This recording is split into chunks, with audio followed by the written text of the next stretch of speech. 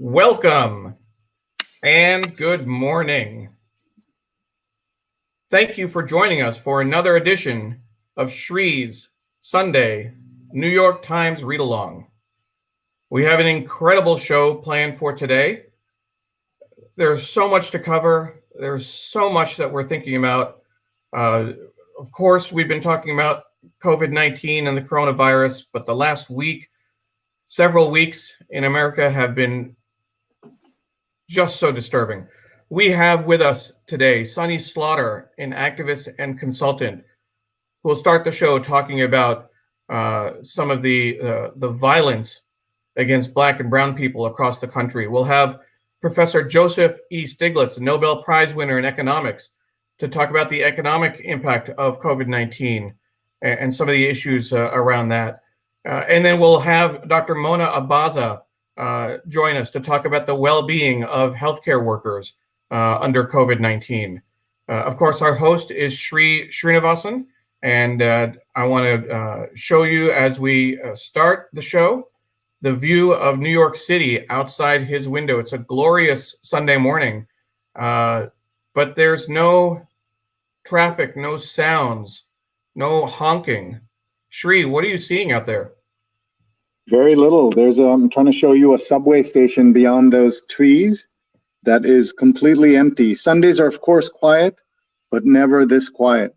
And that's what you're seeing. We're on the Upper West Side of Manhattan. You're seeing there in the distance all the buildings, the tall buildings. And then over here is New Jersey and the Hudson River. And it's just very, very quiet today. We encourage people to let us know where they're watching from. And to please share this live stream, whether you're watching on Facebook, Twitter, LinkedIn. Mention someone who you think might be interested in watching. We air the New York Times Read Along every Sunday, 8:30 a.m. Eastern Time, with a guest. This week is no different. We have some incredible guests. We already have some people checking in. Sree, we have Jonathan Borstein joining us from Union Square, where there was so much there were so many protests and so much action going on last night. Check his Facebook. You'll see kind of live reporting that he was able to do just from his window. And thank you to all for joining us. And please share this video right now. Tag someone you know in the world who would benefit from this conversation with Sunny Slaughter, Joe Stiglitz, and Mona Abaza. We're going to learn so much, and this is going to be a very, very important day. Linda is saying hello from Long Island. Yes, it is a beautiful day. Sudha Parekh, Neil's mom. You can say hi, Neil. Hi, Mom. And Stefan is watching from the Upper West Side. He's just nearby. Former speaker on the New York Times Read Along. Therese is watching from Massachusetts. Thank you so much. Jade is watching. Is this pandemic quiet or post-protest quiet? Both, I think, is the way to imagine what's happening right now. Absolutely. We also have people watching from LinkedIn. Patricia Freudenberg saying hi from New York, and another number of other people. Here's Jonathan's comment about last night. And he was listening to our show last night with Adam Server, Sunny, as well as with Keisha Center. And I'll just say that if you get a chance, please go into my YouTube channel. Please subscribe and look at my archives. We've been doing those daily shows for 80 straight days, and you'll find all of those as well as everything we've done on the New York Times Read Along. Please go in and subscribe. youtube.com/SreeNet is my YouTube channel. I learned so much last night, and I will expect to learn so much again today. Absolutely. And of course, we have one of our producers, Carla Baranakis, watching from New Jersey, and Stephen Kaplan. We have Alan Ramsey watching from Switzerland. It really is an international show. A number of people watching from around the country and around the world. Why don't we go ahead, Sree, and introduce our viewers to our production team, and just take a moment to explain to them how we produce the show. I want to bring in Paula Kiger, Steve Taylor, and Julia Weeks, and Carla Baranakis as well. This is what it takes to put on a show like this. We have myself managing the show through StreamYard. really in the background. And then we have Paula Kiger producing the show from Facebook. Steve Taylor is producing the show from LinkedIn. Julia Weeks is our medical segments producer. And Carla is another producer on our team as well. She's helped us get some incredible guests and is a great source of support throughout the planning for the show. So I just want to say that this is an example of the production team that my company, DigiMentors, puts together for events. We do global events. If you have a physical event you want to change into a virtual event, please contact us. Yesterday, we hosted T4, the world's largest gathering of teachers, a teacher conference for 100,000 teachers. This was yesterday. We did it in English, Arabic, and Spanish. And so if you have an event, no event is too small or too big to talk to us about, please email me, Sree@Sree.net. We want to work with you. Don't cancel that conference without talking to me, Sree@Sree.net. And one of the things you saw, the title card, it showed the breadth of that conference in terms of the time zones. We had 25 speakers, 6 hours. 88 countries. Yeah, it was incredible. And so that's what it takes to, we actually did 3 productions yesterday when you think about the fact that we were in Spanish and Arabic as well. So our producers will be there, at least Paula and Steve, if you have questions, if you have any tech issues, but they'll also be sharing links to the articles that we are talking about and links to our speakers, etc. That makes it effectively annotates the conversation. So with that, I want to thank them for their role and their work, and we'll see you after the show. Sounds good. And we're live right now on Facebook, Twitter, as well as YouTube and on LinkedIn. So please go and find us on those platforms. Share this, retweet it. We want everyone to join, and we do this every Sunday, 8:30 a.m. Eastern. We've been doing this for 5 years on and off, but for 2.5 years, Neil has helped make this a really professional session, and so we're very grateful. Laura Silverman's watching from Philadelphia, former speaker here. Deborah is watching, Rochelle is watching. Just so glad to have so many folks here with us right now. So grateful to everybody. A shout out to the team from Laura, so thank you, Laura. Laura was a previous guest, and we have folks watching on Twitter as well and commenting. So certainly, if you are watching on Facebook or Twitter and someone shared the video, make sure you click on the actual video itself so that when you comment, we can see your comments. If you're commenting on a share or if you're replying to the tweet, we won't be able to see your comment here in the feed. With that, Sree, do you want to just take a look at the front page? Because I think that picture is a great segue into our first guest. Yeah, this is today's New York Times. I just also want to show you yesterday's New York Times. Yeah, sure. And also mention, I just have the Journal here the Journal has a Saturday edition, doesn't have a Sunday edition. Ex-officer charged in Floyd death was the lead story in the Wall Street Journal yesterday. And you all should know that the editor-in-chief of the Wall Street Journal, Matt Murray, will be a guest on my read-along, not my read-along, but my COVID-19 daily program very soon. So please stand by for that and please join us. And today's cover is, here it is, the lead story, Spreading Unrest Leaves a Nation on Edge. And the point here that why we wanted to hear from Sunny is that we want everyone to benefit from her insights as we talk about our country in pain right now. And there was a meme that has been shared very widely for everyone who says, why can't they protest peacefully? They've been protesting peacefully for so long, and the president screamed and yelled and demonized Colin Kaepernick for protesting peacefully. So we don't know if everybody who's doing the chaos right now is in fact the regular protesters, but that's not the point. The point is we all need to be paying attention to what's happening and understanding the failures of economic and racial justice in this country. So let's talk to Sunny Slaughter.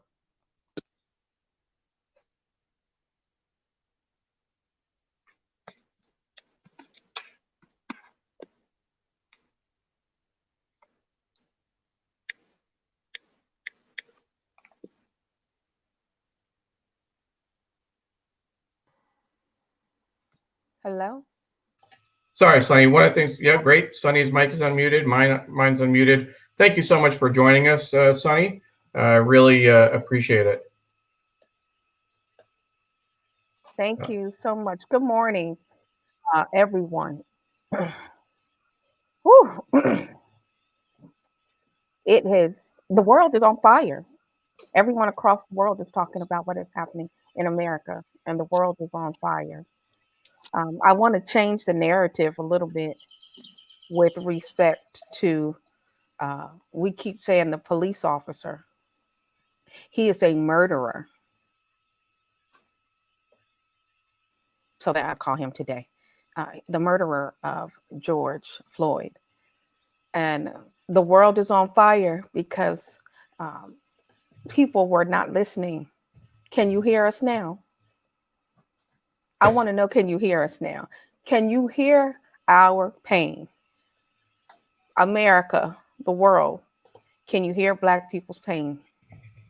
And yes, things are on fire, but we've been on fire. Things are burning up. People are protesting. But we tried to be silent to get people to see what was happening. There's always been a video. There are pictures, there have been videos, and people have ignored what has been happening to Black people in America. They have ignored what is happening to brown people in America. So we've got everybody's attention right now. Can you hear us? People keep saying, well, what can I do? I want to know, what have you already done? What have you been doing? Because if you didn't know what was happening, I want to know, what were you watching? What were you listening to? What were you paying attention to? Because this is not new. We are just tired. Black and brown people are tired. Our allies are tired. We are hungry. We are in poverty. We are in pain. There are social determinants of health. So this may have occurred because we all watched George Floyd murdered guys, but none of this is new. So people should stop acting like it's new. If you didn't know, I want to know, why are you asking me what you should do? What have you been doing? Tell me, what have you done besides ignore what was going on? I want to know what you've done. Don't ask me. Tell me what you've been doing. Show me what you have done to stand up for these injustices that have existed time. I'm tired of this. And the dude in the house built by Black people, that orange dude, yeah, some people are going to be offended. We don't want to hear from him. We're sick of him. He told the police, oh, just hurt him, push him in the car. Nobody, we don't want to hear from him. And then the bulldog that he has, he needs to shut up too. This is this kind of conversation from me this morning. Nobody wants to hear from the individuals that occupy the house built by my ancestors. Can you hear us now? Can you see us now? Can you see the pain that we have lived in this Black skin? We give birth to a nation of people with no expectation. We give birth to a nation of individuals who people say we don't matter. All are to oppress us. The pain that we experience is not just what happened to George, what happened to Tamir, what happened to Arbery, what happened to Breonna. It's what happens to us every single day when we open our eyes, place our feet on the ground, and know that we are not human. We just want somebody to know that we're human. We are human beings. And we're sick of this. We hurt. Son is sleeping peacefully in his bed right now, but I have ordered bats so we can protect ourselves. We are going to buy guns so we can protect ourselves. I was looking at my Facebook feed and inbox messages from my friends who say, Sonny, what do we tell our children? What do I tell my granddaughter? What do I tell her about what is happening? We are traumatized. If you're not traumatized, you should be. We are traumatized. We are in pain. The businesses, yes, some of us have businesses, but not enough. The American dream for us is that we want to live. We want to live. We want to wake up and we want to go to bed and not be in a box. We want life. The life that is said all Americans should have.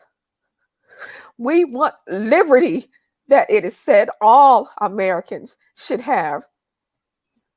We want to pursue happiness. We want to pursue hope. We are human. We are not dogs. Get your feet off of our necks. Get off of our backs. Release those chains from our wrists, the shackles from our feet. Get out of our womb. Get off our nerves. Give us a reason to say, we hear you. We are here. Don't ask me what to do. Tell me what you've been doing. Tell me how many times you ignored what we've been saying. Sonny, we're all listening. We're all with you. Look at these comments as people come in. People say they're crying with you right now. People around the world are crying with you. We're feeling your pain right now. I want to tell everybody about the story of the flag behind you. That flag of your uncle, your mother's brother, who died in Vietnam in a senseless war that made no sense now then, and of course makes no sense now either. And how your father, who was a teletype operator at the Navy Yard. Yeah, my grandfather. Your grandfather, a Navy type at the Navy Yard, was at the machine when the word came in that his own son had died in Vietnam. I cannot imagine that. We're talking about so many years ago, and the pain still continues, and it continues for all of us. And we are with you, Sonny. And I have a message for my countrymen and my people who have been blessed. Not all of them, but I know as an overeducated Indian American, I have rights and privileges and opportunities in this country that Black and brown people don't have. And all of us need to understand that we're not taught enough about the history of this country. And we walk in here and think that we can just do whatever we want, and often we can. Sonny, thank you so much. I want to read your t-shirt if that's okay. Oh, yes. Oh, Nelson Mandela, I never lose. I either win or I learn. You know, I have all of these shirts that say, have this message, and this morning I remember the words of Nelson Mandela. If you don't learn anything from this, then you haven't been paying attention. And I am going to fight, unfortunately, until I die, because I don't know if this will ever change. You know, if in my lifetime, I was ecstatic when we got a Black president, and people were enraged because a Black man had the audacity to become president of the United States of America. His wife was never good enough. His children were never good enough. And I love Michelle Obama. 3 times I have been recognized by them. I have been honored by them. One of my reports on health made it into the presidential briefing of Barack Obama. But that didn't mean I always agreed with everything that he did. Because we all don't have to agree, but we have to respect one another. So as we watch America in flames and people think it's disrespectful, that's how we've been feeling for a long time. Disrespected. We can't change what we don't acknowledge. And we have to acknowledge this.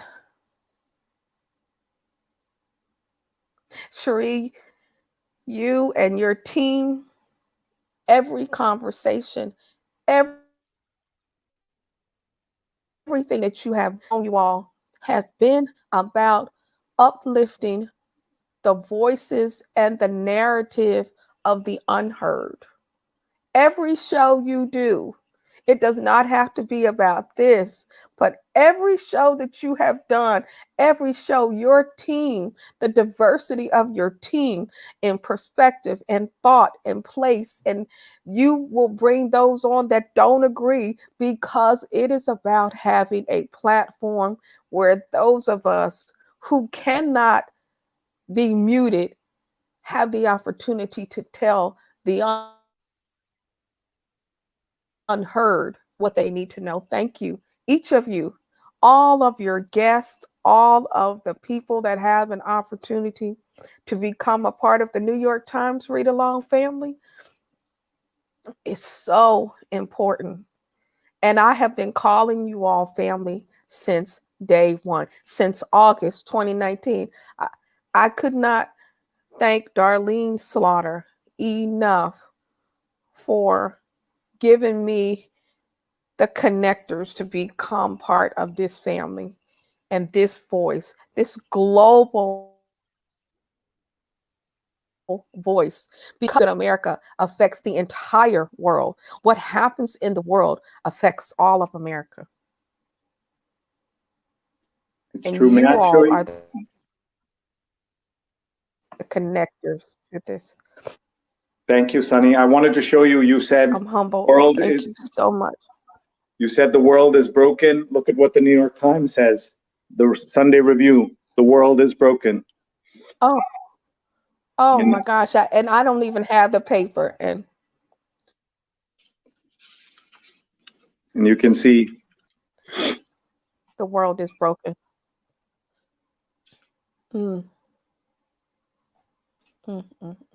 Sunny, as you look at all the blank space. Look at all the blank space above it. That means there are no words. That's a visual of there's no words to comprehend that the world is broken in this way. No words. Powerful message. Sunny, what is your message to people who are looking at the protests and saying that this is not the way protests should happen? Really? This is not the way protest. Of course, it's not the way people who are always in charge think protests should happen. Of course, everybody wants to tell the person who is how to become unoppressed. Well, this is what's happening. It is. If they don't like it, do something about it. You should have done something about it before. We are a nation built on the backs of the oppressed, and yet everything gets stolen from Black people. Black and brown people are wages, our work, our words. So the fires, I see the front page. So what? How would people like for us to protest? Quietly? We've been doing that. What would they like for us to do? Not say anything? Do it their way. Do it the way that orange dude said. Well,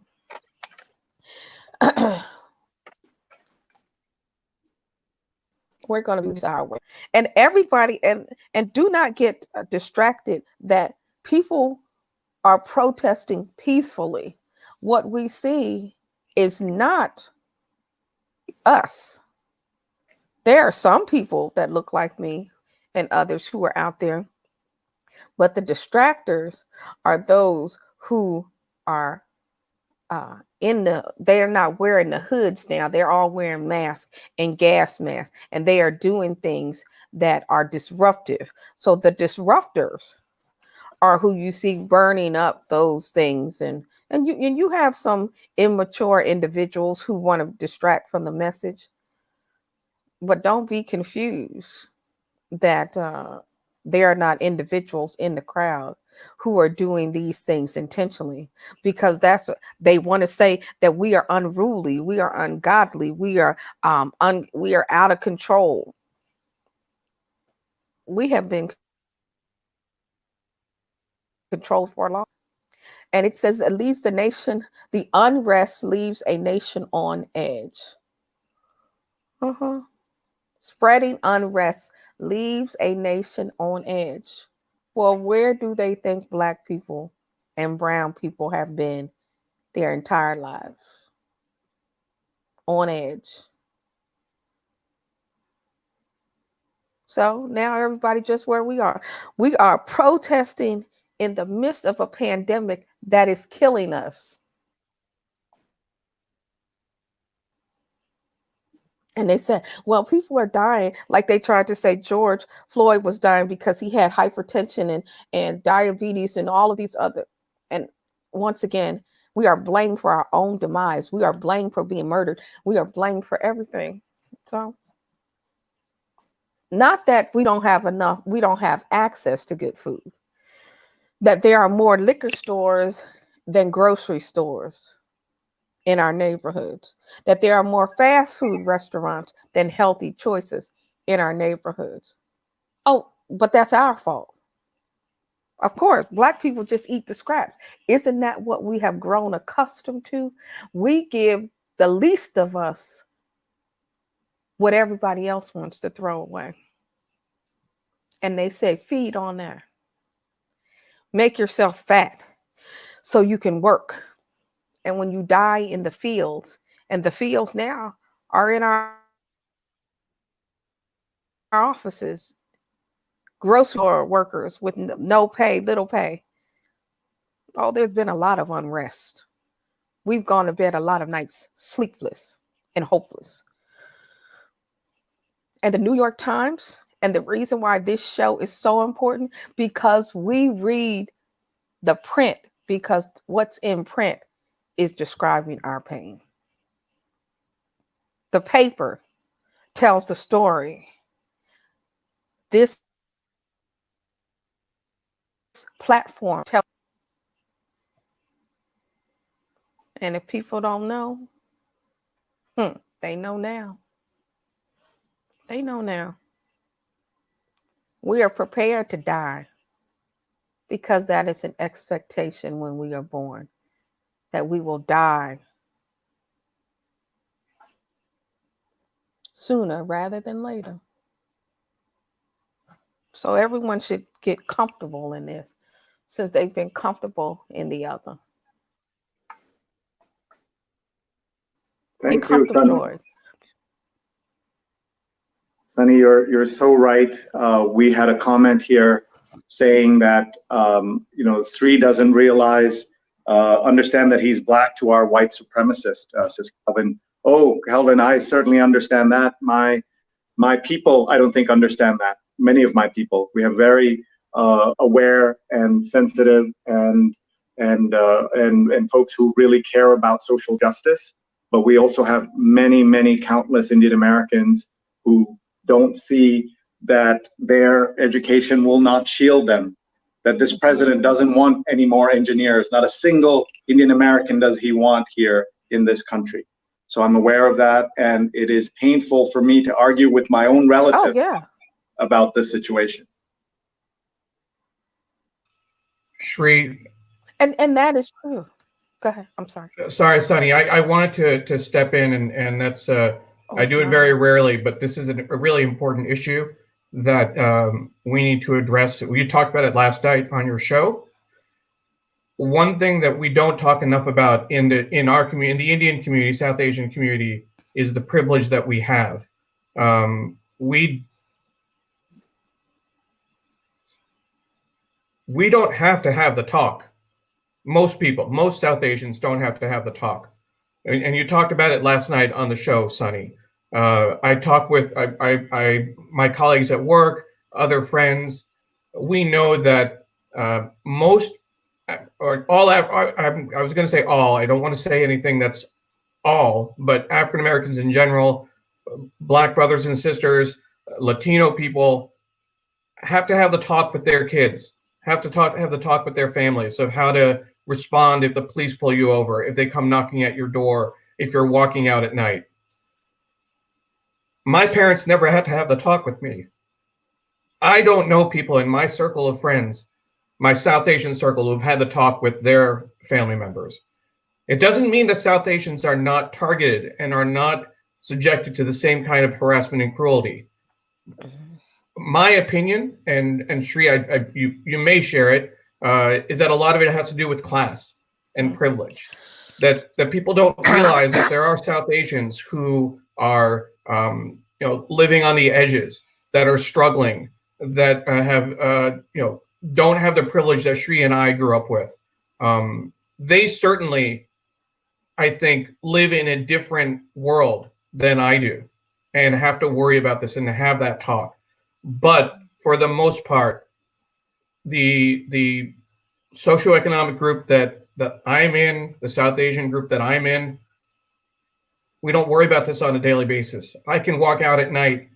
Now, it doesn't mean that there aren't individuals who will maybe target us or harass us, and I had my own experience with someone living in my community 2 weeks after I moved in. But I have not felt that from the institutions of power in this country. I have not been afraid when I've been pulled over by the police. And that's the difference. I know from talking to colleagues at work, we've had several sessions. I work with United Way Worldwide. We had a town meeting for all our staff. This week, we did it several years ago after the spate of killings. Story after story of people who've talked about their family members being pulled over, not knowing if their kids would come home at the end of the day. I've never had that fear. That's privilege. You're right. That is privilege. And I thank you for letting me step in, Sree. Thank you. But that needed to be shared. Thank you so much. Sree and Neil and New York Times read-along family, don't mistake that we don't understand the value of the relationships that we have, Black people and brown people have, with other Black people and other brown people and other people who are marginalized. I don't take for granted my relationship with those who don't look anything at all like me. My Caucasian brothers and sisters, Martin Weinberg in Birmingham, who is Jewish. And when I say brother, I do mean brother. Like, he had to teach Alex how to drive because I have absolutely no patience. And people have thought often that he and I are close, or I call him brother because his wife is Black. That is so absolutely wrong. Martin was my brother before he married Angela. I love Angela. She is my sister. But I go to me. I have sisters and brothers who are closer to me than those who are my blood siblings and family members who don't look anything like me. And I will fight with them. I have a diverse family. You all are part of my family. We all have those experiences. But this experience, you all have to empathize with. And I appreciate that you don't recognize this amount of pain. We don't have the right leadership speaking to us. There's a convoluted mix of messages that come to our children. But I just want to say this, and because we're getting past the time. The children, our Black children, our brown children, Latino children, we don't know what to tell them. We know about the talk. We have the talk, but we don't know what to tell them about what America will be for them. I will be 52 in July. My granddaughter is 4. I don't know America for her. My friends' children are writing letters asking, are they going to be killed? What do we say? They see the burnings. You can't ask me as a Black woman to fix you. When I'm trying to figure out how to get my children through it. I am a single Black woman and have been for years. I carry the weight of the entire world on me. I've been trying to figure it out.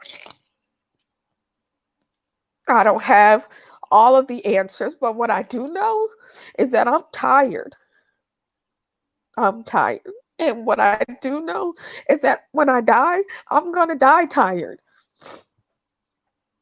Because when you kill a Black man, you kill our generation. When you arrest them, when you arrest us, when you kill Black people, you kill all of us. And we are dying slowly, but every day. And we are constantly in pain. Even when we're smiling, pain.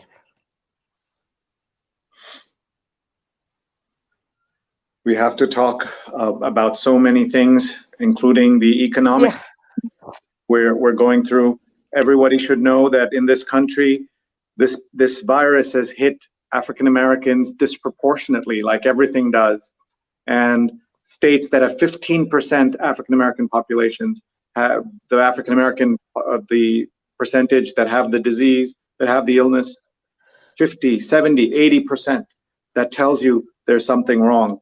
Yesterday on the show with Sunny, you please go back into my YouTube channel and please watch youtube.com/SreeNet. We had Adam Server, who wrote the piece that I think explains the last 3 months better than anything else I've read. He said this president cared about the pandemic as long as he didn't know who was getting sick. As soon as he realized it was the poor, the underprivileged, the Black, the brown, he decided that the right answer is to open the country. And we're going to see that pain continue. Sunny, we are so blessed that you would be with me last night and today. And anytime you'd like to talk, please come to me. Please let us know. We love you. Your family is our family. Your pain is our pain. I know the privilege I have every day that I can even do this, that I can have a show and talk about anything I like. And the fact that I don't use it every day to talk about this pain is on me. And I'm going to do better to pay down my privilege. Today, we're going to, after Sunny leaves us in a minute, we're going to have a conversation about economics with Nobel laureate Joe Stiglitz. We're going to try and understand what is happening to this country. And he's going to share some stories of his own experience trying to understand and explain the racial problems, the economic problems in this country. So Sunny, I'm going to give you the last word for now, but to be continued, I promise.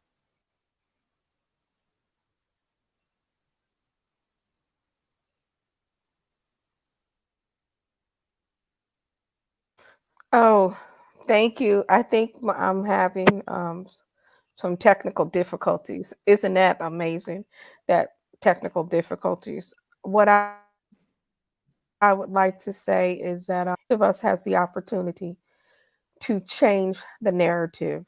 And the narrative has to be that this is not acceptable. Black people cannot be treated in this manner. We are human. We are of the human race. We are a dignified people. We deserve better.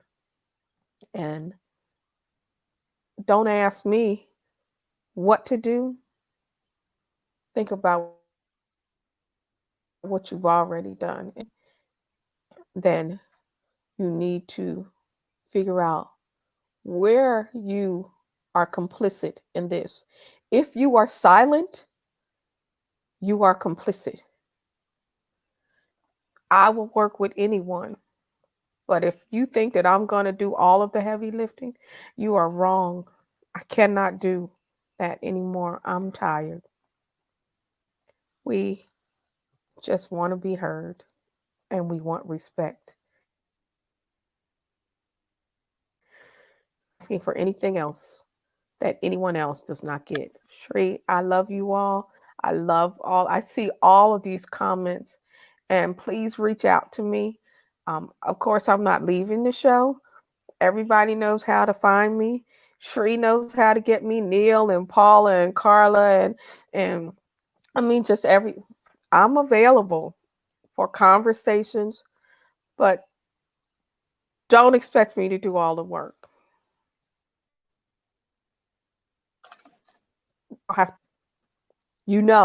Now that you know, and as Harry Belafonte said, and Sree and I talked about this, what are you really willing to do for others? Ask yourself that. I love you all, and I can't wait to hear our wonderful, esteemed professor. So I'll fade to the background and stay connected so I can hear and learn. I love you guys.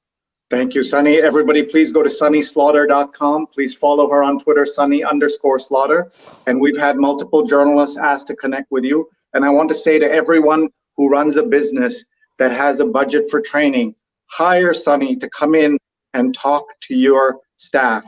She does that with training. She has helped federal businesses. She's helped so many corporations. Please hire her and hire folks to come in, pay them to teach your staff. And if you're Indian American and you have a business, you have an extra obligation, I say to you that we need to help. And this is her website, Sunny Slaughter Consulting, and her social Twitter handle is Sunny_Slaughter. So please contact her. Her number is right on that page that you can find her TEDx talk that she gave. Thank you, Sunny. We'll see you soon. Thank you. See you soon.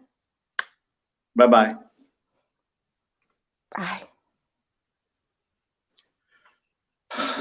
There's no easy way to segue out of that conversation with Sunny, but then to say to all of you, please pay down your privilege. Please do more to help more people and continue the conversation. Let's now transition over to a conversation about the economy and so much more with Nobel laureate Joe Stiglitz, someone who has been a part of my life in many ways, a friend, a colleague when I was at Columbia, a leader whose words have mattered at difficult times for so many people. Back when especially we thought the George Bush administration was the worst we could have ever imagined. Joe wrote a book about the $1 trillion mistake, about what happened in Iraq. And I can tell you that what is happening today doesn't mean that we forgive everything that happened the last time, but we have to concentrate on the fire this time. Hello, Joe, and thank you for being here. Nice to be here. How are you doing, Joe? How is the family? We worry about our friends who are, older than 50. Well, I'm older than 50. That's true, and I do worry about them too. But we're doing fine. We don't go out very much. We've been locked down even before it was announced because we saw those graphs and we saw those statistics, and so we were worried, rightfully so. But fortunately, we've been healthy, and we've actually very interesting with the new technologies. I have meetings every day all over the world, so it's really interesting getting to see what's going on in absolutely every continent. Do you miss the travel? Do you miss or do you find that this is maybe a new way to work so that you can get your insights and views out without having to get on all those planes? Well, I certainly appreciate not having to get on the plane.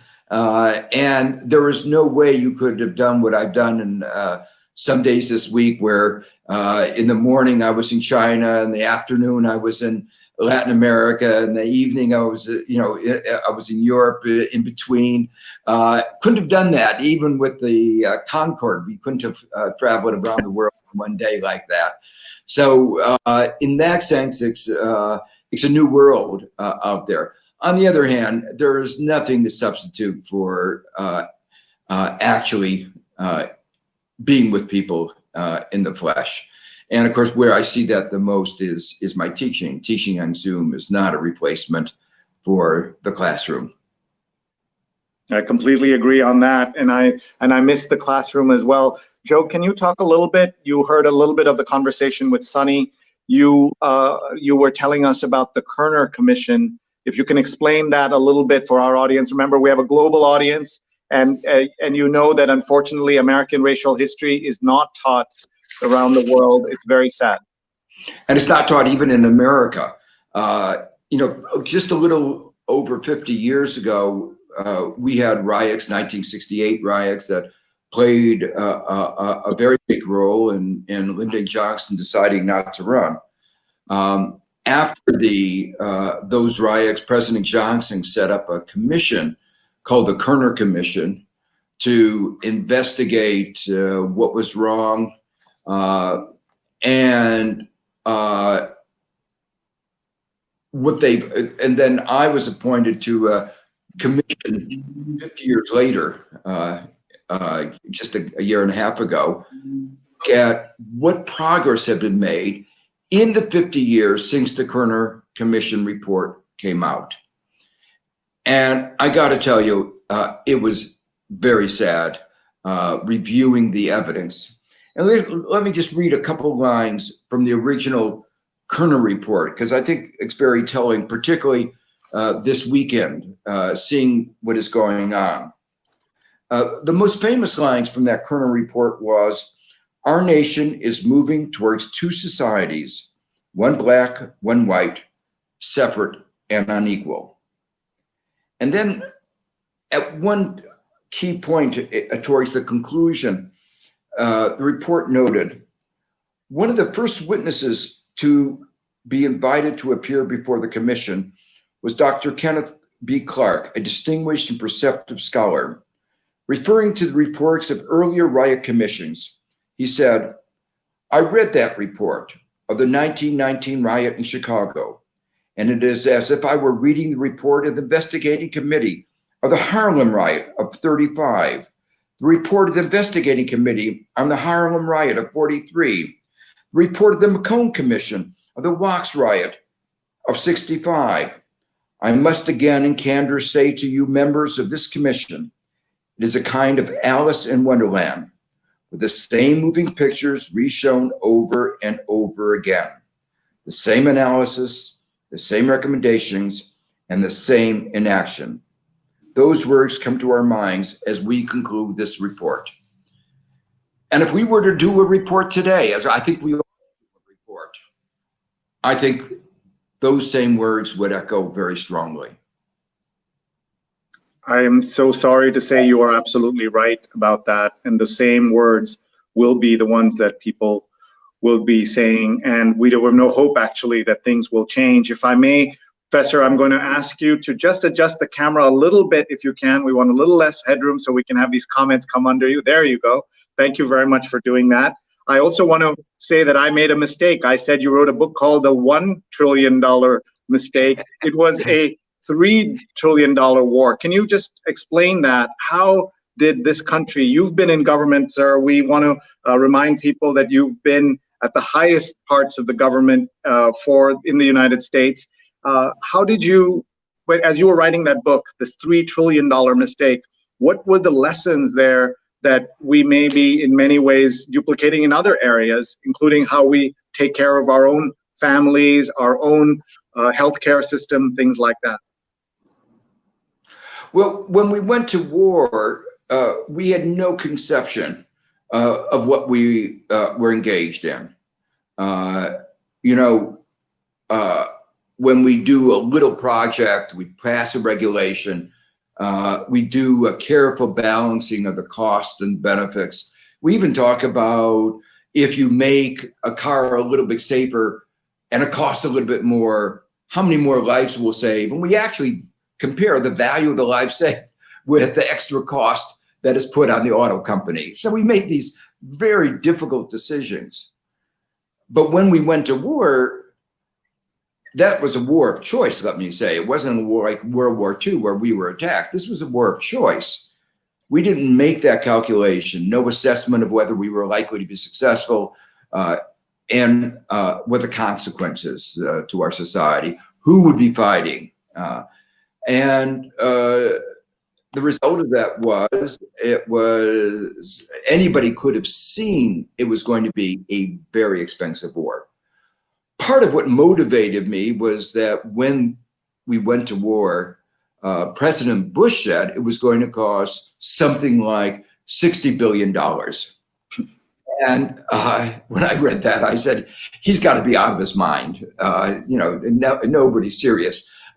So nobody could take that seriously. Either he's a fool or he has another agenda. And I think he probably was both a fool and had another agenda. So we set about with Linda Bilmes of Harvard to calculate the cost of the war as it started moving along. Every aspect of the war.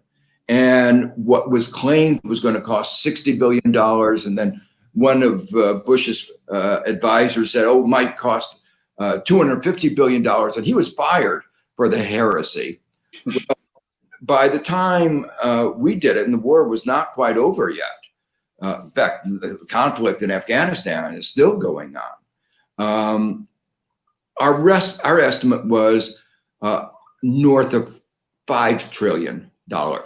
We chose the title $3 trillion because we didn't think anybody would believe that if we said $5 trillion, $3 trillion, we saw it was so conservative that no one could challenge our numbers. And no one has. Just to give you one little piece of that,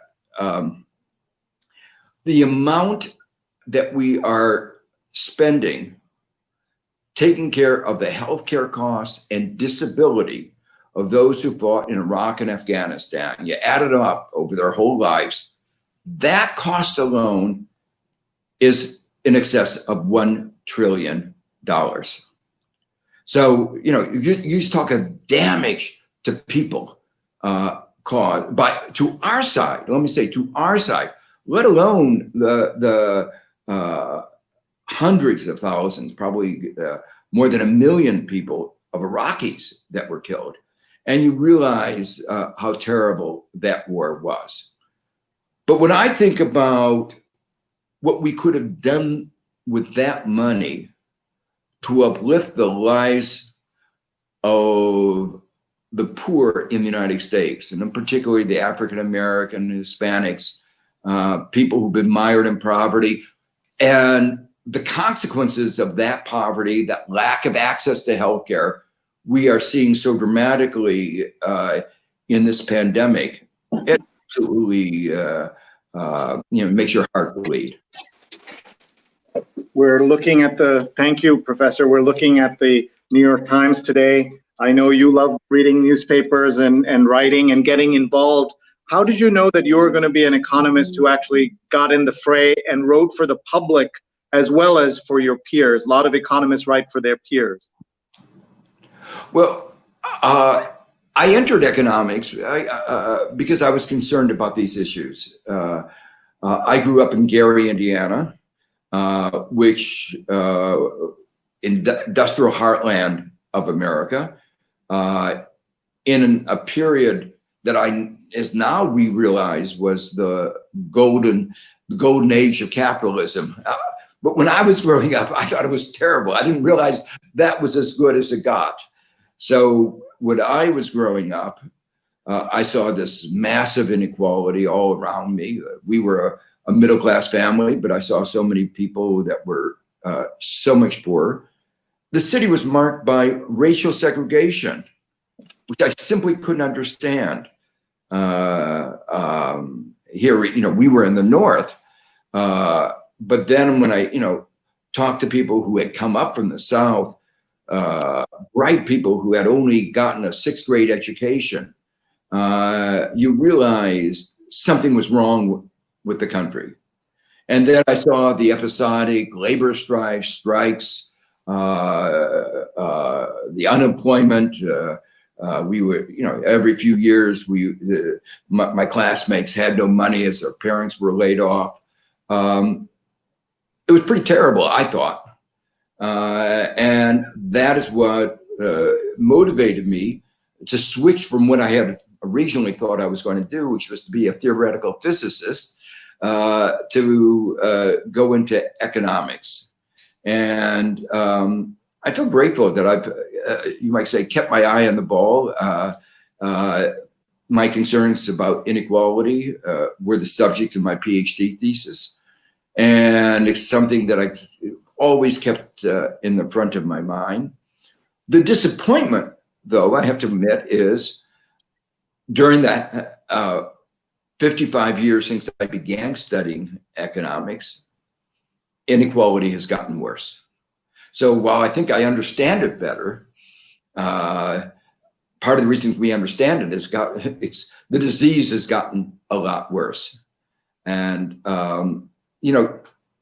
one of the themes that I've emphasized in all my books, The Price of Inequality, my most recent book, People, Power, and Profits, Progressive Capitalism for an Age of Discontent, The Great Divide. The point I keep emphasizing is none of this is inevitable. This inequality is a matter of choice. Other countries, same technology, same, advanced countries confronting the same opportunities that we do have made other choices. And they have wound up with societies that are less divided, greater equality, and greater equality of opportunity. America is rife with myths. And one of the myths is that we are a country of equal opportunity. The reality is the life chances of a young American are more determined by the income and education of his parents than in virtually any other advanced country. And then to link it to what we've been talking about this morning, it's also very linked to the color of the skin of his parents. And that shouldn't be in a society, in a country that was founded on principles of equality. But as Sunny pointed out, principles of equality, but on the backs of slaves. Well, I feel like I'm in a classroom with you, Joe. I'm so grateful. I never had the opportunity to be in a class, been in many lectures, but not in a proper class. But thank you. We're all in a classroom today with Joe Stiglitz. Everyone, please share this conversation right now so that people can join. They can watch it live or later. I want to say Gary, Indiana is of course famous for the Jackson family, and also another Nobel, another economist of world fame, Professor Samuelson, was also born in Indiana. Paul Samuelson, and Nobel laureate. Yeah, how is that possible that the same town produces the Jackson family, a small town, Jackson family, and both Stiglitz and Samuelson? Well, I think there's a good reason why people growing up in Gary would be motivated to become economists, because you saw so vividly the problems of America, and it sort of motivates you to want to fix it. So that I can understand. Now, the link between that and the Jackson 5, that I haven't puzzled about that, and I haven't figured out that link. All right, we understand that. We were showing the Nobel citation for your work. I want to say that, Joe, I had the privilege of being at the Nobel ceremony this year when Abhijit Banerjee and Nestor Duflo were receiving their Nobel and their Nobel lecture. It is the most unbelievable week of events. People don't realize it isn't just a single event, it's a week of celebration. Tell us about that, first the phone call you got, and then walk us through a little bit, and then also for those of us who are lay people, if you could explain the citation and what that means, and connect it to everything we're seeing now. Well, there are many aspects I could talk about at the moment of getting the call. One interesting story was I got a call the night before from a reporter who heard that somebody else was getting the Nobel Prize in economics that day, and wanted to know whether I would be willing to be woken up at 4 o'clock in the morning to comment on it, because that was when they thought the award was going to be 10 a.m. Europe time, 4 a.m. And I said, no, I declined one at 4 a.m. to comment on that. I got up in the morning, went to the internet. It hadn't been awarded, and then I saw that it was going to be awarded at 4 p.m., which is 10 a.m. And then around 8:30, 9 o'clock, I got a very noisy phone call, sort of, anticipating maybe. It turned out to be from Argentina. Some people wanted me to go down to a conference. And then about 15 minutes later, I got a call from the Nobel Prize Committee.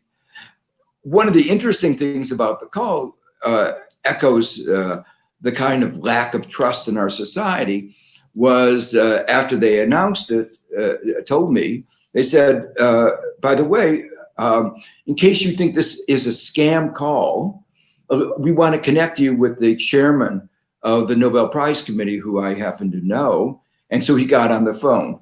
So I wondered whether in fact, there are many people get calls sort of getting their hopes up that are actually scam calls. And then later that day, it was very nice. Vice President Gore called me to congratulate me. And obviously a lot of other phone calls came in. What my work had done was to ask the question, how does the performance of the economy, how is it affected by imperfect information? You might say it's obvious. Just think about the COVID-19 right now. We're paralyzed because we don't know whether how long the pandemic is going to last. We don't know what is going to happen in the future. We can't get, and there are many other aspects of imperfections of information. For instance, there are asymmetries where some people know something more than others. When you have somebody who exploits others, he may know more that he's exploiting others. Those schools, for instance, those private colleges that make so much money, charging high fees to exploit other people. They know that they're exploiting, taking advantage of others, but those who are being taken advantage don't know it. The borrower may know more behavior than the lender. So there are many examples where there are these differences, what we call asymmetries of information. Well, since the founding of economics, say going back to Adam Smith, almost 250 years ago, economists realized that there were imperfections of information, but didn't know what to say about it. So all the analysis had been done on the assumption that there was perfect information. They knew that that was not a good assumption. And they hoped, it was a hope and a prayer, that the world with imperfect information, so long as it wasn't too imperfect, would be similar enough to a world with perfect information that their analyses would still be valid. And what my work showed, first I devised ways of thinking rigorously about imperfect information, asymmetries of information, and then I showed that those hopes were not true. That, for instance, the way I put it, the reason Adam Smith's invisible hand, the idea that if you pursue self-interest, it leads as if by an invisible hand to the well-being of everybody in society. The reason the invisible hand was invisible was that it wasn't there, that the market was not in general efficient, that the presumption was that there is a need for government intervention to solve a whole rash of problems. And that was one of the main themes, for instance, in my recent book, is you need a balance between the market and the state. As we've seen so dramatically, the market was not able to deal with the COVID-19. We had to turn to the state. And one of the reasons why things have gone so badly is the particular person we had in the White House was incompetent. And we've, for 40 years, denigrated the role of government, the role of science, the role of expertise. And now we're paying the price for a 40-year attack by the Republicans against government, against science, against knowledge, against our institutions. And we rely on those, particularly in moments like this. So in some sense, I view my theoretical research really undermined 250 years of economics and saying Adam Smith didn't get it right. And you had to rethink everything, rethink the role of the government and the market. But every day you see another manifestation of the ideas that I try to capture in my research. Thank you. I think that there must have been a lot of traditional economists not happy with the way that you were talking and doing research and putting facts in front of people. I did want to get to the New York Times a little bit if we could. This story on the front page about SpaceX and NASA lifting into orbit, the first crew to go up in a while. What is your sense of what the meaning of this is as America burns? This is happening, and that America is now dependent on rich billionaires like Mr. Elon Musk to help run its space program. What happened to the days of JFK, you know, sending us to the moon and back, by the way, and getting us there? Well, I think there are a number of ideas that suggest. First, a question of priorities. In a country where we can't provide adequate food for a very large fraction of our population, something like even before the pandemic, about 14% of the population was going to bed hungry at least once a month, not because they were on a diet, because they didn't have enough food. In a country in which we're paying such a large fraction wages that are so much below a livable wage, how is it that we are spending money with another trip to the moon? the first trip was really important. It expanded our horizon. We came to learn a lot. But what are we learning now? And is this the best way of spending our society's scarce resources? Think about it even more. Our world is facing an existential threat, climate change.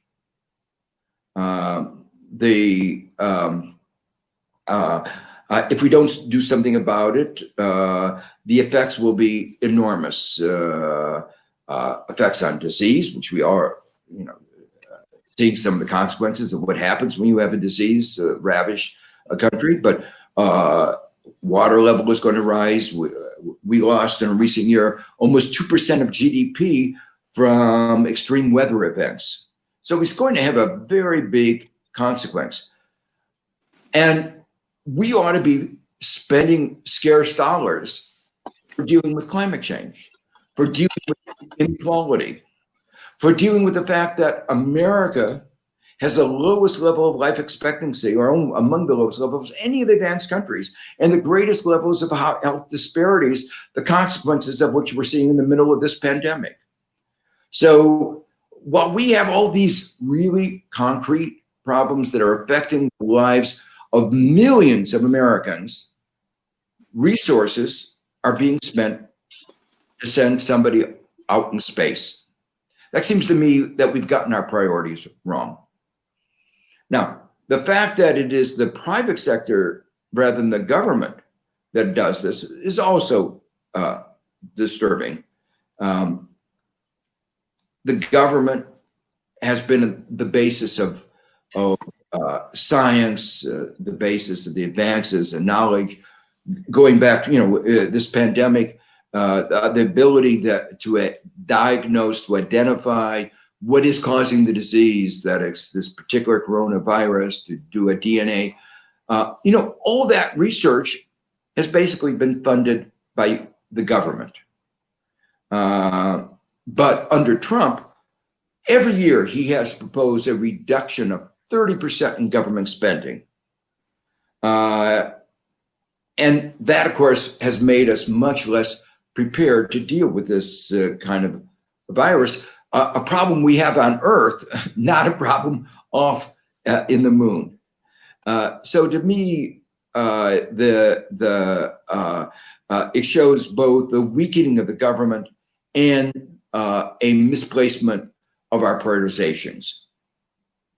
Absolutely. Terry Ann Thompson, who ran the Night Badget program when she was at Columbia and who you know well, she says we've gotten our priorities wrong, as many people have said that. Janine says you're hitting all the marks, Professor, and she's watching and she's also grateful, as I know we all are, to hear from you. You've probably seen this what looks like a blank front page of the Sunday Review. It says the world is broken. So if we can get some prescriptions from Dr. Stiglitz, the owner of 40 honorary degrees, as well as his own PhD, some prescriptions, Professor, as we wind down our time here with you. Well, let me deal first with the most immediate issue, which is obviously the pandemic. The pandemic's problem builds, as you already pointed out, on it's being so devastating in the United States because of long festering problems of inequality, inequalities in access to healthcare. So the pandemic itself is a reflection of some very deep problems. But let me deal with the very immediate problems of keeping the economy going, or restoring the economy as quickly as possible, and controlling the pandemic.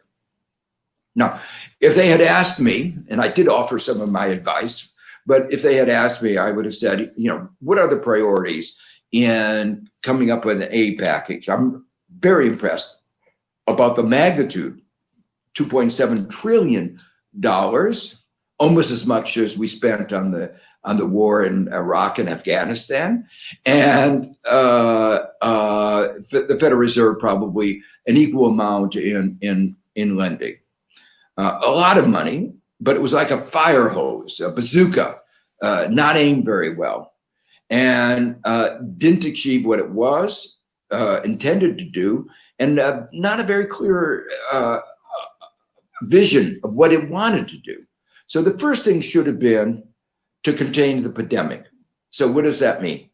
The first thing is we should have paid sick leave for everybody. The United States is probably the only advanced country that doesn't have adequate paid sick leave.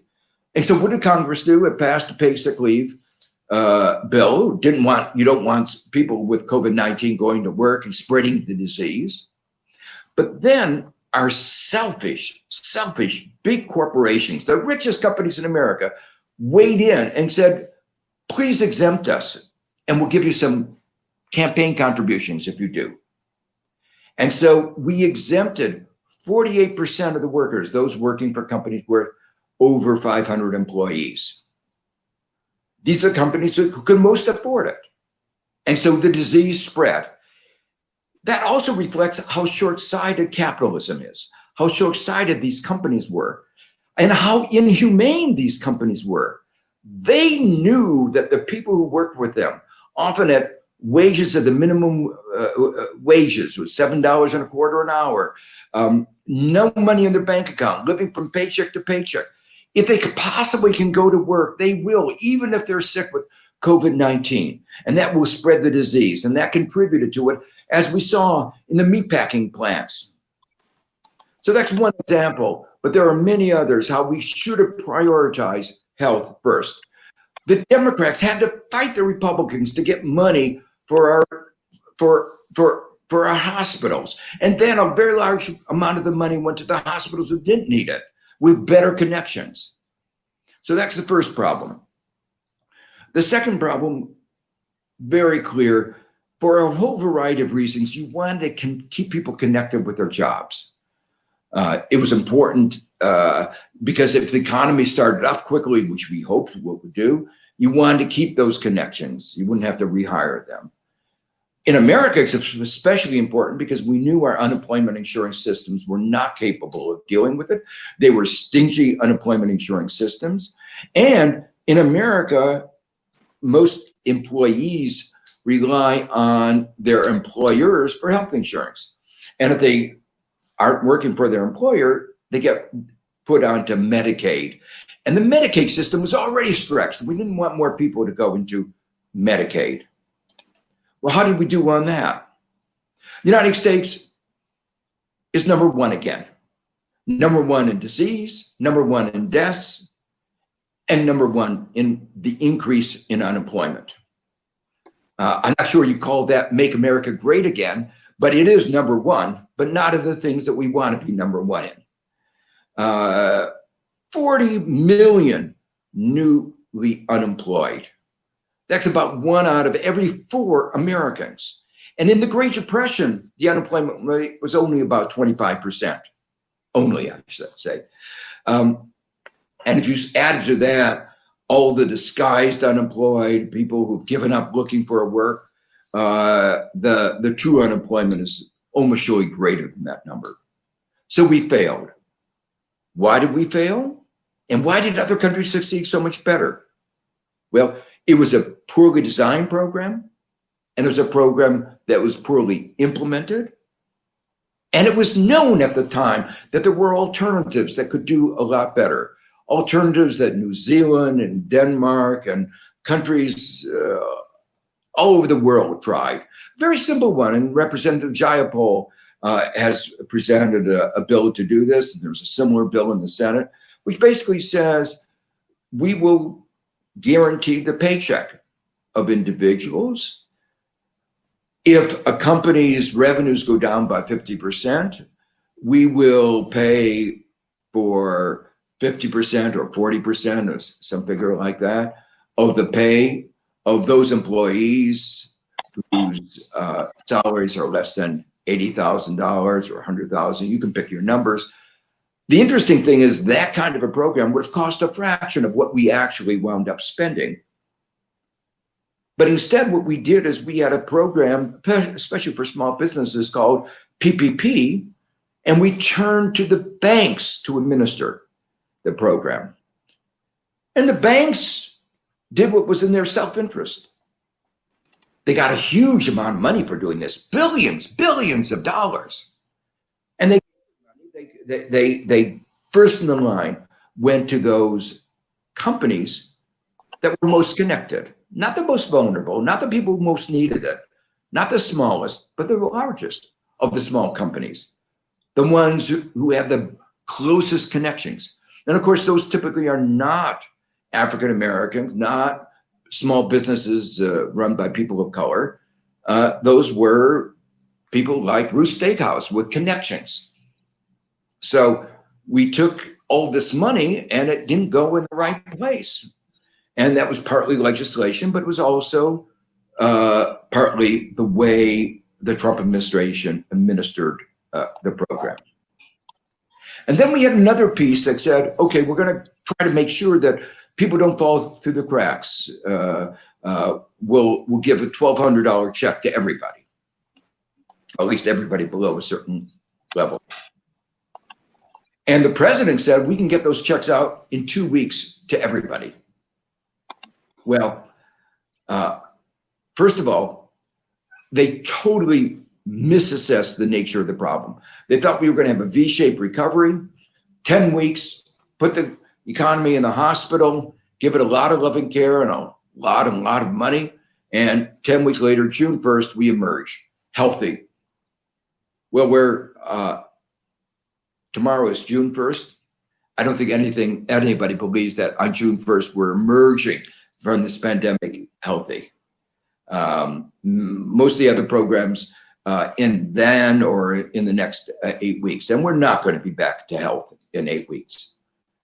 But even more striking was the administration admitted that it wasn't going to be able to get the checks out, the money out to those most needing it. The people who most needed it were the people who hadn't filled out tax returns in the last year because their income was so low. And this contrast with what happened in other countries with better competencies. In one country I know, they made a decision. Children are in poverty. And so we need to get checks out, money out to children. 3 days later, the money was in the accounts of the parents of the children. 3 days it took. And we say, well, to some of the poor people, you'll get your check in September. How they're supposed to live from March until September is anybody's guess. And the administration had no compassion. I could go down the list of other things that should have been done, haven't been done. Let me just give you 2 more examples. We didn't have any vision of what kind of economy we wanted to come out of the crisis. At no time has government ever intervened in the extent to which it had. We thought 2008 was a massive intervention, but this is multiple larger.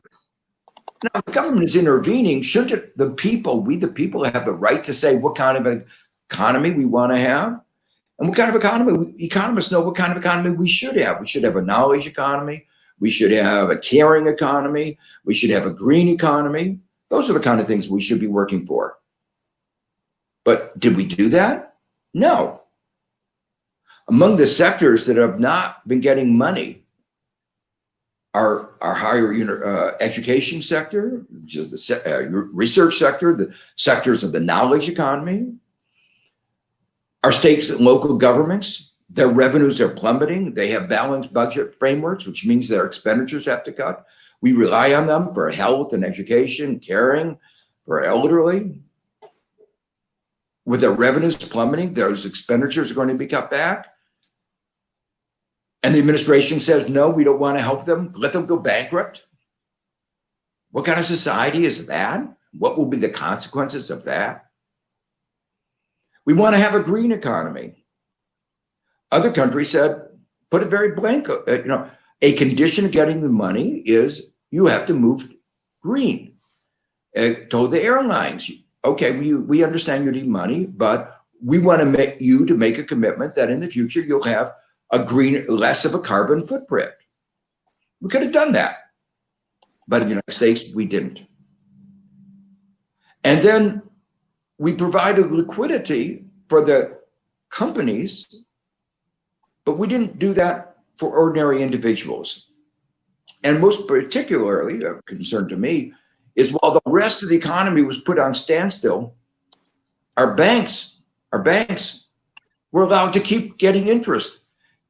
They can charge 30%, and a lot of people aren't going to be able to pay their credit cards. A lot of people will lose their cars, and fees will mount. So while the rest of the country was on standstill, the banks just kept racking up the fees. And then when we look at a global perspective, what we see is many countries are not going to be able to pay what is owed. There's going to be a rash of sovereign debt defaults, restructurings. And our financial sector is playing hardball. And unfortunately, we and the world is going to suffer because they're saying they want to get paid even if it causes deaths in the emerging markets. You wonder, where's the humanity? But it's not just a question of humanity, it's a question of reason. You can't squeeze water out of a stone. If people can't pay, you're not going to be able to pay. So you're either going to have a chaotic restructuring or an orderly restructuring. And their short-sightedness is coming up just as we saw it in the years before 2008. So it's unconscionable the way they preyed on the poorest Americans. It's unconscionable the way that they're behaving today, but it's also so short-sighted. So it seems to me there's a real agenda here that we could do to get our economy back running, but so far we haven't been doing it. We need a different direction. Well, we certainly do, and we wish so much that you were once again the chairman of the President's Council of Economic Advisors. Wouldn't that be amazing at this moment? I just want to show you before we let you go, Joe. This is the New York Times Magazine cover, and it's a cover that when you look at, we won't have time for the video, but just the cover itself. It's the money issue, and what you're looking at is the cover shows a bunch of cars, and you and I, glancing at this, would have thought these are like new cars off the lot from Japan or one of those countries that produce a lot of cars, or even Detroit. And that's what we're looking at. Instead, it is the line at food banks. So how do you reflect on that as an economist? What do you say to your conservative economist friends that this is America? This is the America that we've been told is so great under this president. How do you explain that? I just want to show you a close-up of this cover when we get a chance so you can see it and just understand what this is, right? Doesn't this look like like Newark port or somewhere all those cars arrive? Yeah, no, it's so sad. It's sad at many levels. First, it's sad that so many people are out of jobs and don't have the income, and when other countries have managed the pandemic so much better from an economic perspective. But it's also sad to me that we don't have a public system. We're turning to charity. A voluntary, and it's great. It's great that so many Americans have stepped forward. I know so many Americans who've come forward and given lots and lots of money to help others not be hungry.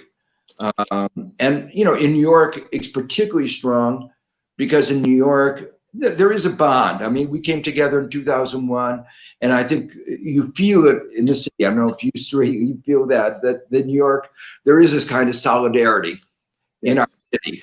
Yes. by the way, a solidarity against Trump as well. But there is a solidarity, but there's a solidarity that emphasizes a humane society. You shouldn't have to beg to get adequate food when you're a rich country. Access to healthcare, access to a basic level of nutrition, these should be basic human rights.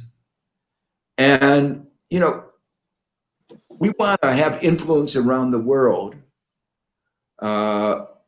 We believe democracy is the best system. We believe our way of doing things has a lot of advantages. But I tell you, those pictures of the riots, the fact that Americans are having to go beg for food, the unemployment of 1 out of 4 doesn't give a lot of selling points to America and diminishes our influence all over the world. And then the fact that in this moment, when we need global cooperation to address the problem of the pandemic, for the United States to withdraw from the World Health Organization is a demonstration of selfishness when we actually need all to work together. So our influence is diminishing. In November, we'll have a chance to set the course in a different direction, and I really hope that we do. Thank you, Joe. I'm so grateful for your time today. Here, you're doing this all day, talking in conferences all over the world, but for you to take your Sunday morning with us is extra kind, and you've enlightened so many people, as you always do. I want to tell you about our speaker next week. You may have heard of her. We're very excited that we have a very special guest next week as well. Here she is. Anya Schifrin is our guest. She's author and former journalist. She teaches at Columbia's School of International Public Affairs, and she is, I believe, in the same apartment as you are right now. That's right. She's my wife. Anya is terrific, and we're so grateful that Anya will be joining us next week, folks. 8:30 to 10:30 a.m. every Sunday we do this New York Times read along, and we'll let Professor Stiglitz go if he has anything he'd like to leave us with, any signs of hope or anything that he would like to share, and then we'll let him get back to his morning. Well, I think the hope is the commitment of the young people, a commitment to the agenda of equality, racial equality, social justice. You look at the protest, and it's young people of all races. There is a solidarity today in America on these issues. And that solidarity, I think, in the end, is going to prevail. So to me, that's the moment, that's what gives me the hope that maybe in 50 years, I won't be around, but in 50 years, we won't have another Kerner Commission and say, where do we go? How do we go wrong again and again? Hopefully this time we actually will set ourselves off in a different direction. Thank you. Thank you. Terry says that Anya and Joe met at her night badget program. So one of the many legacies of Terry Thompson at Columbia, and all our friends who are watching, we're so grateful. Joe, we'll let you go. Thank you. Thank you. Thank you. Bye-bye. And that was awesome to meet Joe Stiglitz. I hope all of you will tag your friends. It was a prescription, multiple prescriptions of how we could make this country better. So hope all of you will tag your friends, hit share so that people can join and watch that in the recording. So now is the time that we would have liked to read much more of the paper. We didn't get to the book review properly, and Joe has written more than 40 books. We didn't get to the kids section of the New York Times and what they're doing. We didn't get to the at-home section. We didn't get to the arts and leisure. I have been, by the way, the at-home section prints 5 recipes to cook during the week.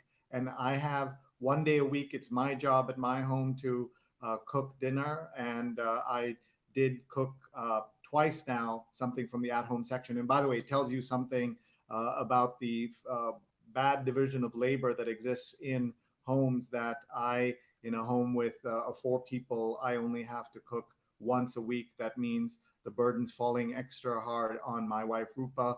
Our twins each are 17 years old, and they love to cook, so they do as well, and I'm grateful to them. That lets me do things like this and be on the air for 81 straight days of reporting and talking about COVID-19. We are now going to bring on our guest, who is our doctor. We're going to bring her on just so that she can say hello, and then we're going to pay some bills because we have to do that as well. Our doctor, our guest today is Dr. Mona Abaza. How are you? Fine. Thank you for having me. Tell us where you are and how you are before we get to talking more and asking you questions. Folks, the idea here is that we do the New York Times read along. The doctor watches a little bit of it. She might reflect on something she heard, and then she will take your medical questions for about half an hour, and then we will say goodbye. So first, she's going to just tell us how she is and a little bit about her background, and then we're going to pay some bills. So I'm in Colorado, a little earlier here, certainly much earlier when you guys started this morning. So lovely, sunny, beautiful day here in Colorado. So I'm an otolaryngologist at the University of Colorado, and some of the stuff I do nationally has been related to the well-being of healthcare providers. And that has been a long-term issue prior to this, but certainly within COVID's, the environment and the challenges that healthcare workers are facing has become a much bigger issue. We understand that, and we're going to focus our thoughts and your comments on the well-being of healthcare workers. And so, folks, please stay tuned. We're going to just talk about our sponsors for just a minute here right now. Neil, if you want to come back on and do that, that would be great. Absolutely. Thank you, Sree. We want to thank our sponsors for all the support that they've given us. We have 3 great sponsors we want to talk to you about. The first one, of course, is Muckrack, and I'm going to ask Sree to talk a little bit about that.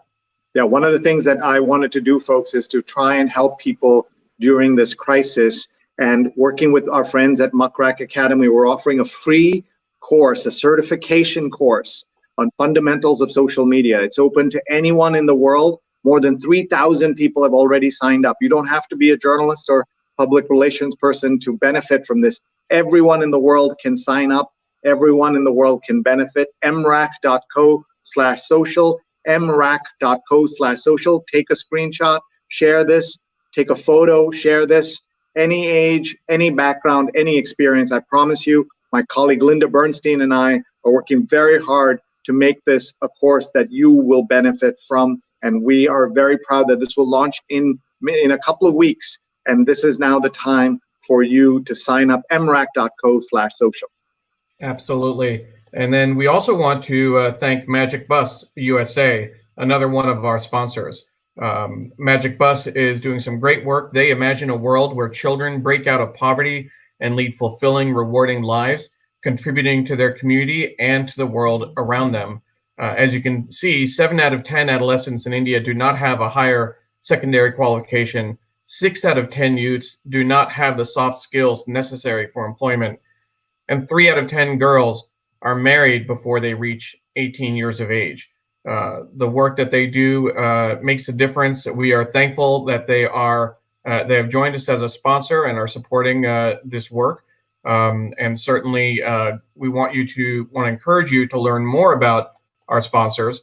And we have several links that you can go to.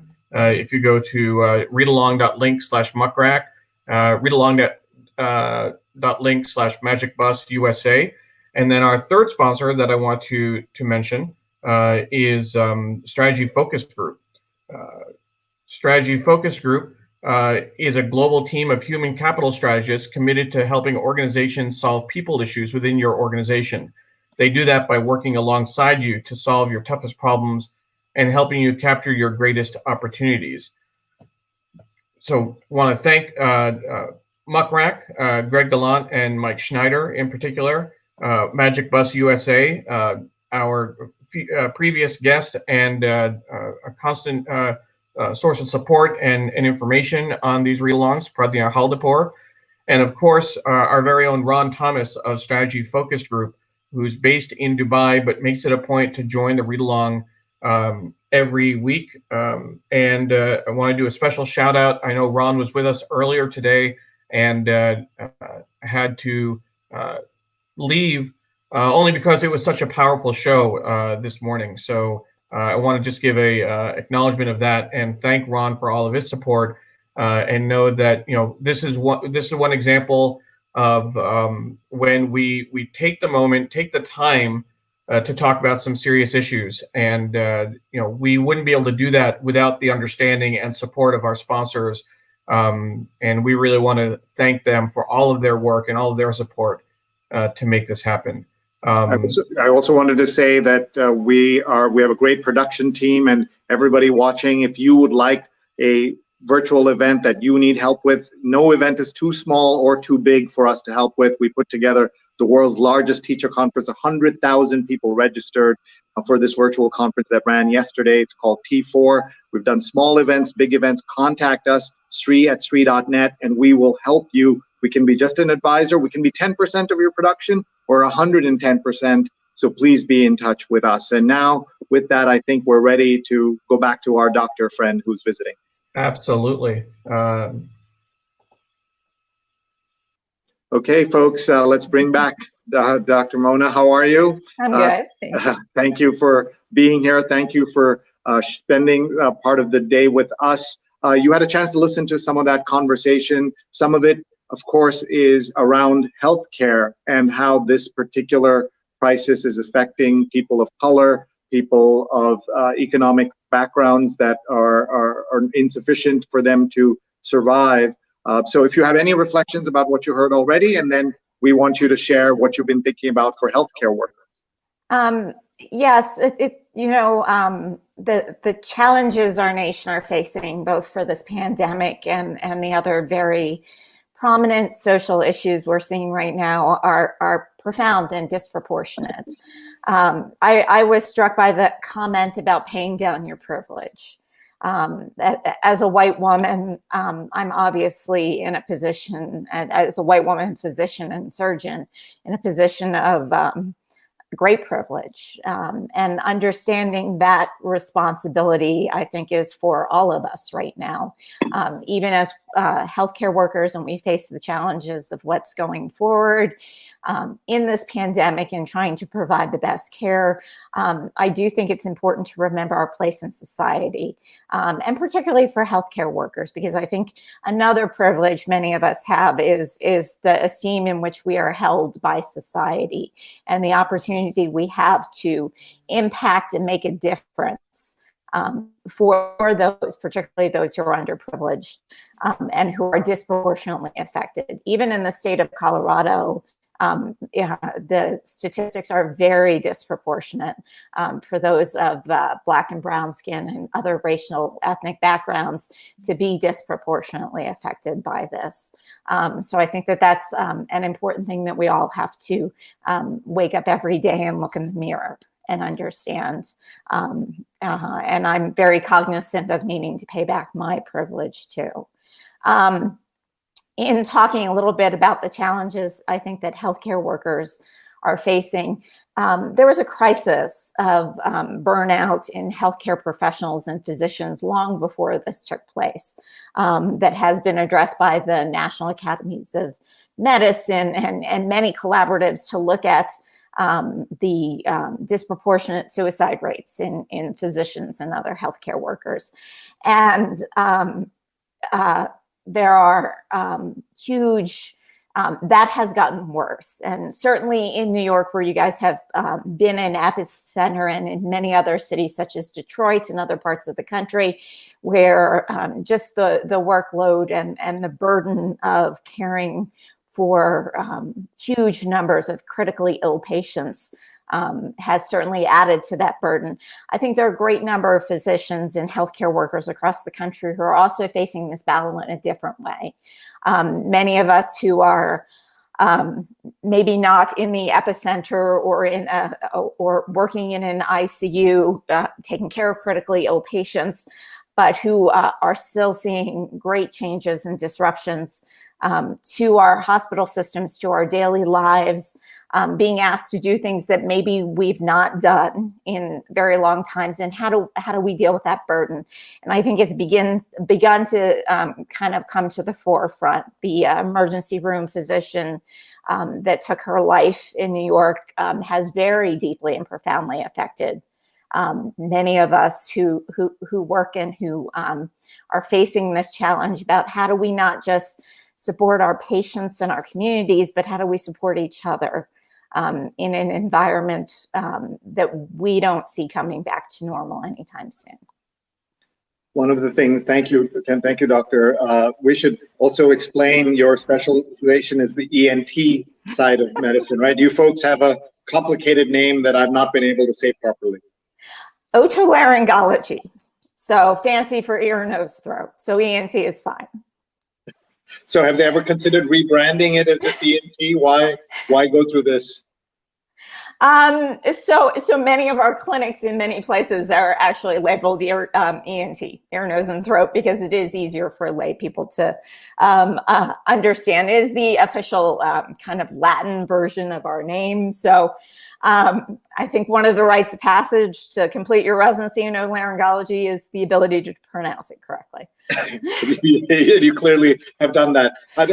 Since we're talking about workers and their healthcare workers, I wanted to give you a chance to give a shout out to the workers in a hospital that we don't know. We know, of course, about physicians. We know a little bit about nurses, but there's a whole team that makes the work of a hospital possible, that makes a hospital run. So if you don't mind, and I know you won't be able to cover every position because there are just so many, but we would love to hear that. Yes, no, there are technologists in every aspect of medicine. As an otolaryngologist who specializes in voice, swallowing, and airway, I'm going to give a special shout out to my speech pathologists, nurse practitioners, physician's assistants, our front desk people. I would say right now, health cleaning staff in hospitals or in clinics. Those people are definitely in the forefront and really in the position as we worry about how we protect both our healthcare workers and our patients in turnover environments and in trying to not further spread COVID. They are critically important. People who answer our phones, who call your insurance company to make sure you don't get billed for this. The phlebotomists, our hospital, like many others, have drive-up facilities for COVID testing as well as antibody testing, and the phlebotomists are now drawing blood in the front circle of the hospital. There are hundreds of thousands of people who every day go to work in an environment that is a bit more risky than the average person's environment. And I think remembering to say thank you to those people, to appreciate and understand the risk they are putting themselves and, quite honestly, their family at is an important aspect when we think about the burnout of healthcare workers. And I apologize to anybody I did not directly mention. It takes healthcare takes a village. It takes a team. It does, and everyone, please follow the doctor. She's MMABAZA on Twitter, and are you also on other platforms and people can find you? I'm certainly on Facebook. I would offer, particularly for healthcare workers, the group I work with has started a closed healthcare worker Facebook page. COVID-19 well-being, a place to kind of go find support from other people within our own area and specialty or profession, as well as providing kind of daily little short tips to remember to care for yourself. I think it's easy for all of us in the current environment, and that goes for the public too. There are so many things hitting us from so many directions. To take care of ourselves is often something we put way, way on the back burner. And to take 5 minutes to remember to look outside or walk outside and take a deep breath of fresh air, or say thank you to somebody, or call a friend you haven't talked to and make sure they're okay, are things that are really important for people to take an opportunity and remember to care for themselves and others. Thank you. We're seeing here on the screen the COVID-19 well-being closed Facebook group. So no one else should apply, but if you know a healthcare worker, please tell them to apply to join this. I'm sure there are some questions and things. Yeah. We did have a medical question that came up, and then you go back to your about, let's put that on the screen. Makran asks, hot saltwater gargles reduces flu for sure, and also slows coronaviruses.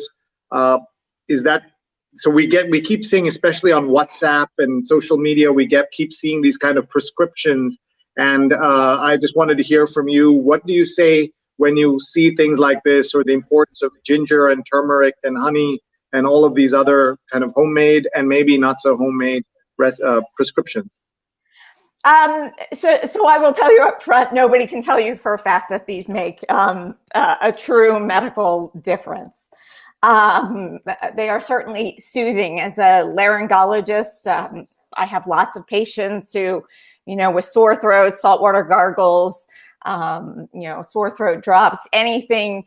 When we talk about particularly respiratory viruses such as COVID, preventing ourselves from coughing or spreading them is certainly useful, particularly for the households in which you live.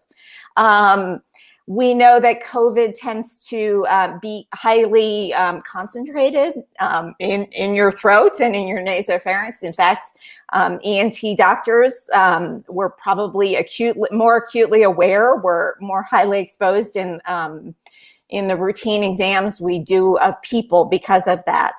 I think if it makes your throat feel better, it's worthwhile. It's not a comfortable virus, but to think that you're going to cure COVID or even the flu with high dose vitamin C or other things is a little concerning, because many of these homeopathic remedies can have downsides. So be very cautious about overindulging in those kind of things. But I think anything that soothes your throat, hot tea, lemon, ginger, are fine in moderation. Thank you. I want to also just say that it seems to me as a layman that ENT specialists are dealing with kind of the ground zero of the virus, because this is where everything happens. Could you comment on the doctor, with infectious disease doctor, who got sick himself on he was on TV, and he was saying that he got it through his eyes, and that it's not enough just to close your nose and mouth, and then we'll let you go. So there is some indication that, like, pretty much any of the mucous membranes of your upper respiratory tract can kind of pass it on, and certainly nowadays, when I see a patient and examine them, which usually involves a scope that goes in your nose or your mouth, I am in general wearing eye protection, a face shield, a mask, a gown, the whole 9 yards, because we do know that being aerosolized can transmit pretty much almost any place through your face. So I think being cautious and understanding that, as an ENT, when we talk about people wearing face masks, and I know there's an entire political argument behind that I'm not going to get into, it is about preventing that respiratory spread from your nose and mouth to other people around you, and remembering that a vast majority of people coming down with COVID are asymptomatic and don't know they have it or didn't know they had it. Or you can transmit it before you truly feel ill. So really understanding the face mask protection in the concept of science and preventing spread to those around you that you care about. Thank you, Dr. Mona. We are so grateful to you for your time and your insights, and just helping us feel that we can, by thanking you, thank the thousands of healthcare workers all over the country. We do the 7 p.m. applause here. I don't know if it's happening in Colorado, but in New York City, it happens every single day. And even in the middle of the protests and everything else, they're still doing it. We have an 8 p.m. howl. At 8 p.m. Al. Sujana Chandrasekhar is here. Dr. Ian, also an ENT doctor, who says, surgeon, what extra precautions are you using to protect yourself when examining the larynx? So Sujana is actually a good friend of mine. So thank you, Sujana. As I said, it's challenging meeting a new patient for the first time because they can barely see me through the protective gear we're using. You may notice if you go to see an ENT doctor or any of those, your appointment, it's a little harder to get an appointment and a little longer because we're doing some extra precautions in the room to turn over the scopes to make sure that if there are virus particles that have been aerosolized, they're allowed to dissipate from the room before we put someone new. So extra time, extra precautions, both for the healthcare provider and the patient. All right. With that, doctor, we'll say goodbye and thank you. We hope you'll return and remind everyone who has a friend who is a nurse, a doctor, somewhere as a healthcare worker, that they should join the group that she's part of on Facebook. It's called COVID-19 Wellbeing. Wellbeing. So please search for that and find it. If you have trouble, you can email me, Sree@sree.net, and we'll get you more information. And you can follow her on Twitter, MMABAZA. And thank you to Colorado. Thank you. All right. Bye-bye. With that, folks, we're going to come to an end of a really special and memorable New York Times read-along. We met three amazing people. You met Dr. Mona Abaza right now, who's talking about the importance of supporting healthcare workers. You met Joe Stiglitz, Nobel laureate in economics, but also Nobel laureate certainly in understanding public policy and inequality. And Sunny Slaughter, activist consultant, recently named by one of the magazines as one of the 25 top women business leaders in Washington, D.C. And it's very important to remember that we have this privilege of this show only because of our guests and only because of our viewers. And I'm so grateful to every one of you for watching, for supporting, for being here as part of that family. And don't forget my daily program. And tonight, it's Sunday, which means 9 p.m. Eastern is our positivity show. And you're going to meet Dr. Stephanie K. Johnson, who has a new book, Inclusify. And this is about the importance of diversity and inclusion. So you'll want to check that out. Her book is called Inclusify.com. And she also has a book launch on June 2nd. So check those out. And please do follow me on Twitter, SREE. Oh, we have our friend Stephen Kaplan has his great show, Spin It Social Hour. His guest this week is is David Hansuch, and I may have pronounced that wrong, but he is a photographer, and what he does is he interviews photographers. So with that, we're going to say thank you to everyone, show you a little bit about New York, show you a little bit of the Hudson River, and just thank everybody for being here. Please follow me on Twitter, SREE, Instagram is SreeNet, and please subscribe to my YouTube channel. You can see the entire collection of videos that we've been doing, 80 straight days of the daily programs, plus so many of the New York Times read-alongs. I want to just tell you that since we celebrate print, we should tell you that we have a very special guest coming up in a couple of weeks on Father's Day to celebrate fathers. We're going to meet a father who helps run the New York Times, and that's the print editor of the New York Times, Tom Jolly, will be with us on Father's Day. That's on June 14th. And with that, we'll say goodbye. Thank you very much, everybody. And here's New York, and here's New Jersey. Bye.